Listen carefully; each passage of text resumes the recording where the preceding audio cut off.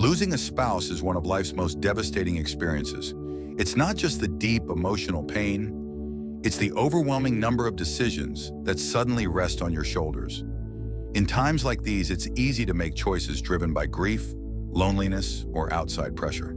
However, some decisions can lead to regrets, financial struggles, or emotional setbacks that make healing even harder. While grief is personal, certain choices require extra caution. In this video, we'll cover 5 things to avoid after losing a spouse. Common mistakes that can complicate this difficult time. Stay with me to ensure you move forward with clarity, dignity, and support. Number 1. Avoid making major financial decisions too soon. One of the biggest mistakes many people make after losing a spouse is rushing into major financial decisions. Suddenly, you're faced with handling bank accounts, insurance policies, investments, and possibly even deciding whether to keep or sell your home. In moments of grief, taking immediate action may seem like a way to regain control, but emotional distress can cloud judgment, leading to irreversible choices you may later regret. Many widows and widowers feel pressure from well-meaning friends, financial advisors, or even themselves to sell their home, move, or make large investments. However, the months following such a loss should be a time of emotional adjustment, not financial risk-taking. Take Margaret, a 74-year-old widow. After losing her husband, she was advised to downsize quickly. Believing it was the logical choice, she sold the home they had lived in for 40 years and moved to a smaller apartment. But once the initial shock passed, she realized she had made the decision too hastily, missing her familiar surroundings, neighbors, and the comfort of her longtime home. Beyond real estate, newly widowed individuals are often targeted by financial predators or pressured into quick investment decisions. Whether it's unsolicited offers, high-pressure sales tactics, or even well-intended but uninformed advice, it's crucial to be cautious. If someone is pushing you to sign papers, make a withdrawal, or invest quickly, take a step back. The best financial choices are rarely made in a rush. Another common mistake is giving away money or assets too soon. Grief often sparks a desire to help others, whether children, grandchildren, charities, or friends. While generosity is admirable, making large financial gifts or dividing assets prematurely could leave you in a vulnerable position later. What seems manageable now may not be sustainable in the long run. Experts often recommend the 1-year rule, waiting at least a year before making any irreversible financial decisions. This gives you time to process your emotions and make choices with a clear mind. The first year after losing a spouse should be about stabilization, not drastic financial changes. Losing a spouse is already one of life's toughest transitions. Avoid adding unnecessary stress by making rushed financial decisions. Take your time, seek trusted guidance, and remember, clarity, not grief, should guide your financial future. Number 2, avoid isolating yourself from friends and family.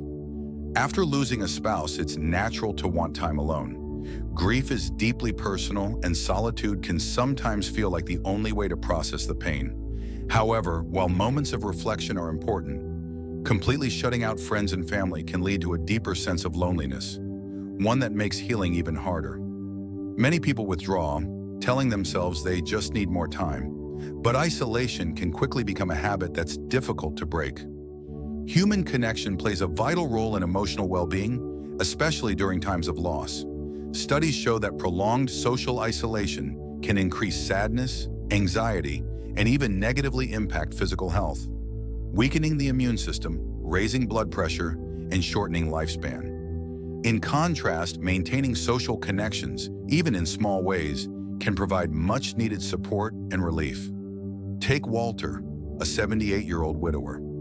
When his wife of 52 years passed away, he stopped answering calls, avoided family gatherings, and rarely left the house. He believed no one could understand his grief, and that being alone was easier. But as the months passed, his sadness deepened, his energy declined, and even his appetite changed. It wasn't until a neighbor invited him for coffee that something shifted. That simple interaction led to weekly meetups, then regular outings. While his grief didn't disappear, he realized he wasn't alone in carrying it. You don't have to force yourself into large social situations before you're ready. The key is taking small steps, answering a phone call, going for a short walk with a friend, or joining a support group. Even just being around people without speaking can remind you that life continues and support is available. Another common mistake is pushing away those who care the most. Grief can bring irritability and exhaustion, making it easy to believe that others don't understand. But shutting people out can create unnecessary distance between you and those who genuinely want to help. Your loved ones may not have the perfect words, but their presence alone can offer comfort. Seeking support from those who have experienced a similar loss can also be incredibly healing. Grief support groups, community gatherings, or online forums provide a space where your feelings are understood and validated. Connecting with others who truly relate can reassure you that you're not alone. Grief doesn't follow a schedule, and there's no right way to heal. However, complete isolation only makes the journey harder. Taking small steps to reconnect at your own pace can bring strength, support, and even moments of unexpected joy. You don't have to carry the weight of loss alone. There are people who care, who want to support you, and who can help you move forward one step at a time. Number 3, don't neglect your health and well-being. After losing a spouse, many people become so overwhelmed by grief that they stop taking care of themselves. Doctor's appointments get postponed, meals are skipped, and daily routines fall apart. Some even feel guilty about prioritizing their own health, as if doing so lessens their love or grief. But neglecting your well-being doesn't bring you closer to the one you lost. It only makes moving forward even more difficult. Grief affects the body in ways many don't realize. Studies show that losing a spouse increases the risk of heart problems, weakens the immune system, and can even contribute to cognitive decline. Stress from grief can lead to high blood pressure, poor sleep, and changes in appetite. Some people lose interest in eating, while others turn to unhealthy comfort foods. Over time, these effects can take a serious toll on both physical and mental health. The goal isn't to feel normal right away, but to make small choices that support your body during this challenging time. Consider 81-year-old James. After his wife passed, he stopped cooking and often skipped meals, telling himself he just wasn't hungry. When he did eat, it was usually processed, unhealthy food. Within a few months, he felt weaker, constantly fatigued, and had trouble sleeping. His daughter noticed the change and encouraged him to eat balanced meals again, even if he had no appetite. Slowly, as he reintroduced nutritious foods and stayed hydrated, his energy improved, his mood stabilized, and he was better able to cope with his grief. Self-care isn't just about food. It also includes movement, sleep, and emotional well-being. Many widows and widowers stop exercising, not because they don't want to, but because they no longer have someone to do it with. However, staying active, even if it's just a short daily walk, can reduce stress, improve mood, and even promote longevity. Some find comfort in joining a local walking group or fitness class, gaining both health benefits and social support. Another common mistake is avoiding medical checkups. Many grieving individuals skip doctor visits or delay seeking care because they feel too overwhelmed. However, this is when taking care of your health is most crucial. If you haven't seen a doctor in a while, schedule a checkup. Staying on top of medical appointments, managing existing conditions, and taking prescribed medications can make a significant difference in how you feel, both physically and emotionally. Mental health is just as important. Grief can lead to depression, anxiety, and even hopelessness, especially when paired with isolation. If you're struggling, don't hesitate to reach out. Talking to a counselor, joining a grief support group, or simply opening up to a trusted friend can provide relief and reassurance. Seeking help isn't a sign of weakness, it's a step toward healing. Your spouse would have wanted you to take care of yourself. Honoring their memory doesn't mean neglecting your well-being. It means continuing to live in a way that allows you to find moments of peace and strength. It's okay to grieve, to take your time and to feel the weight of loss. But in the midst of it all, remember that your health still matters. You are still here, and your well-being is worth protecting. Number 4, avoid rushing into a new relationship. Losing a spouse leaves a deep emotional void, and for many, the loneliness that follows is one of the hardest parts of grief. The idea of finding companionship again can seem like the only way to cope. While there's nothing wrong with seeking connection, one of the most common mistakes widows and widowers make is jumping into a new relationship before they've fully processed their grief. The pain of loss can create a strong need for comfort, but making major romantic decisions too soon can lead to heartache, confusion, and regret. Grief has no set timeline, and everyone heals at their own pace. Some take years before considering dating again, while others feel ready sooner. However, when emotions are still raw, the risk of entering a relationship for the wrong reasons is high. Many unknowingly seek a partner not because they are truly ready, but because they are trying to fill a void, escape loneliness, or avoid facing their grief.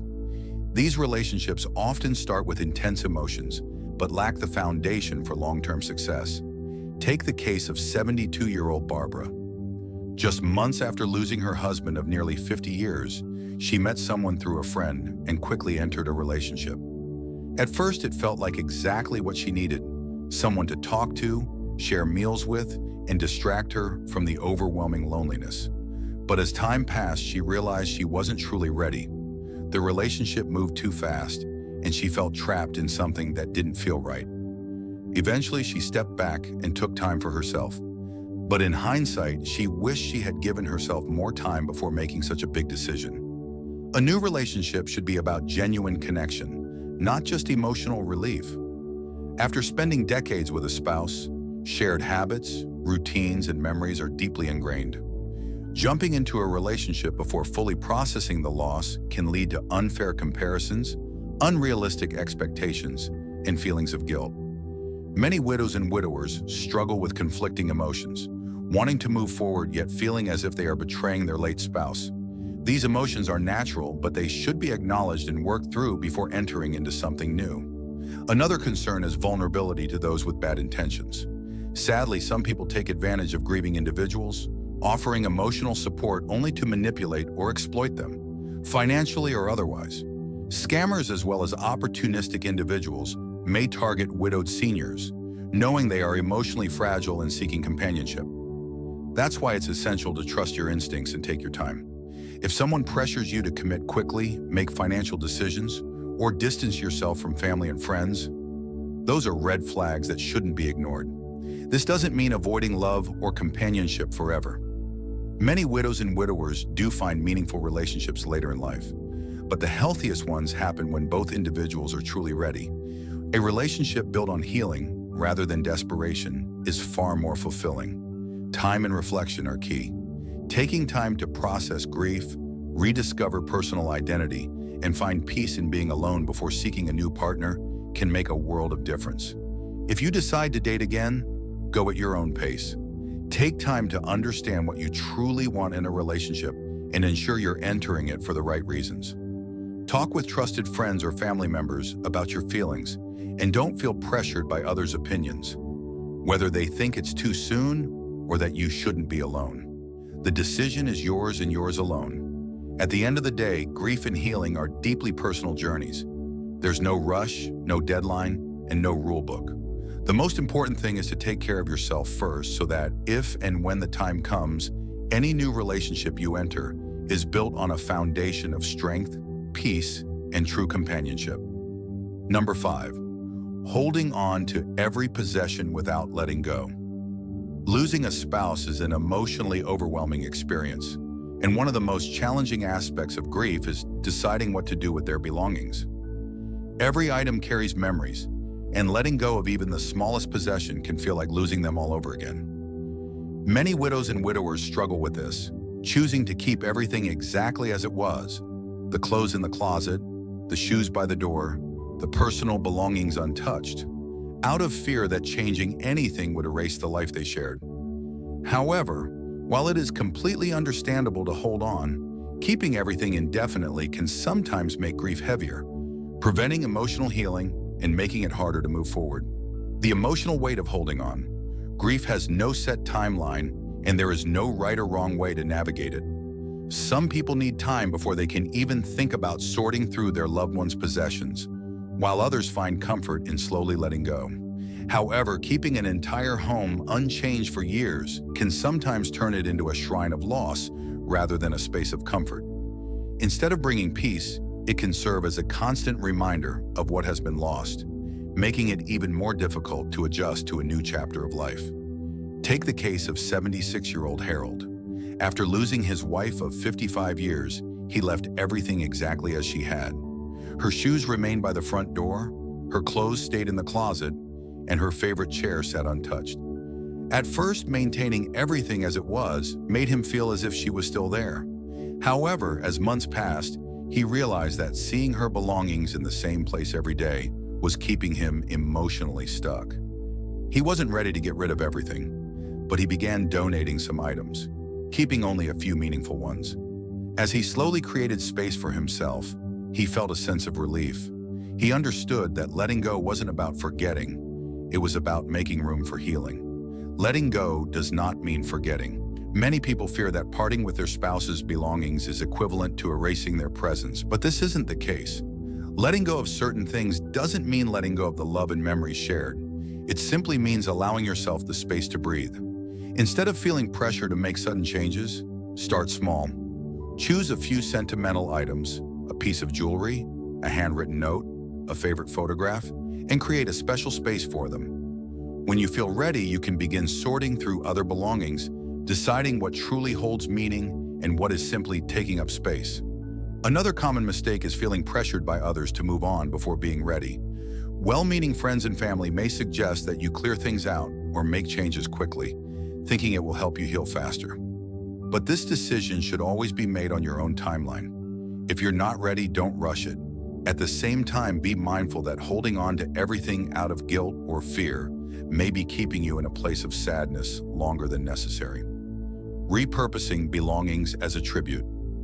Finding a balance between keeping and letting go can be comforting. Instead of simply removing everything, consider repurposing certain belongings in a way that honors your loved one. Some people find peace in transforming an old shirt into a quilt, creating a memory book from a collection of letters, or passing down sentimental items to family members who will cherish them. This way, your spouse's presence remains with you, but in a way that brings warmth rather than just sorrow. Creating space for healing. Ultimately, grief is not about material things. It is about love, memories, and the bond you shared. No object can replace a person, and holding on to every belonging won't bring them back. However, thoughtfully letting go in small steps can help you find peace while still honoring their memory. Moving forward doesn't mean moving away from them. It simply means carrying them with you in a way that allows love and life to coexist. Final thoughts. Losing a spouse is one of the most profound and painful experiences one can endure. It changes everything. The way you live, the way you think, and even the way you see the future. But in the midst of grief, every decision you make has the power to either support or hinder your healing. That's why avoiding certain common pitfalls, such as making rushed financial decisions, isolating yourself, neglecting your health, entering a new relationship too soon, or holding on to every possession without allowing for change, can make a significant difference in your ability to move forward with strength and clarity. Grief doesn't come with a timeline, and there is no right or wrong way to process it. But one thing is certain. Taking small, thoughtful steps can help you navigate this journey in a way that protects both your heart and your future. Healing doesn't mean forgetting, and moving forward doesn't mean leaving your spouse behind. It means honoring their memory while continuing to live in a way that allows you to find peace, purpose, and even joy in the moments ahead.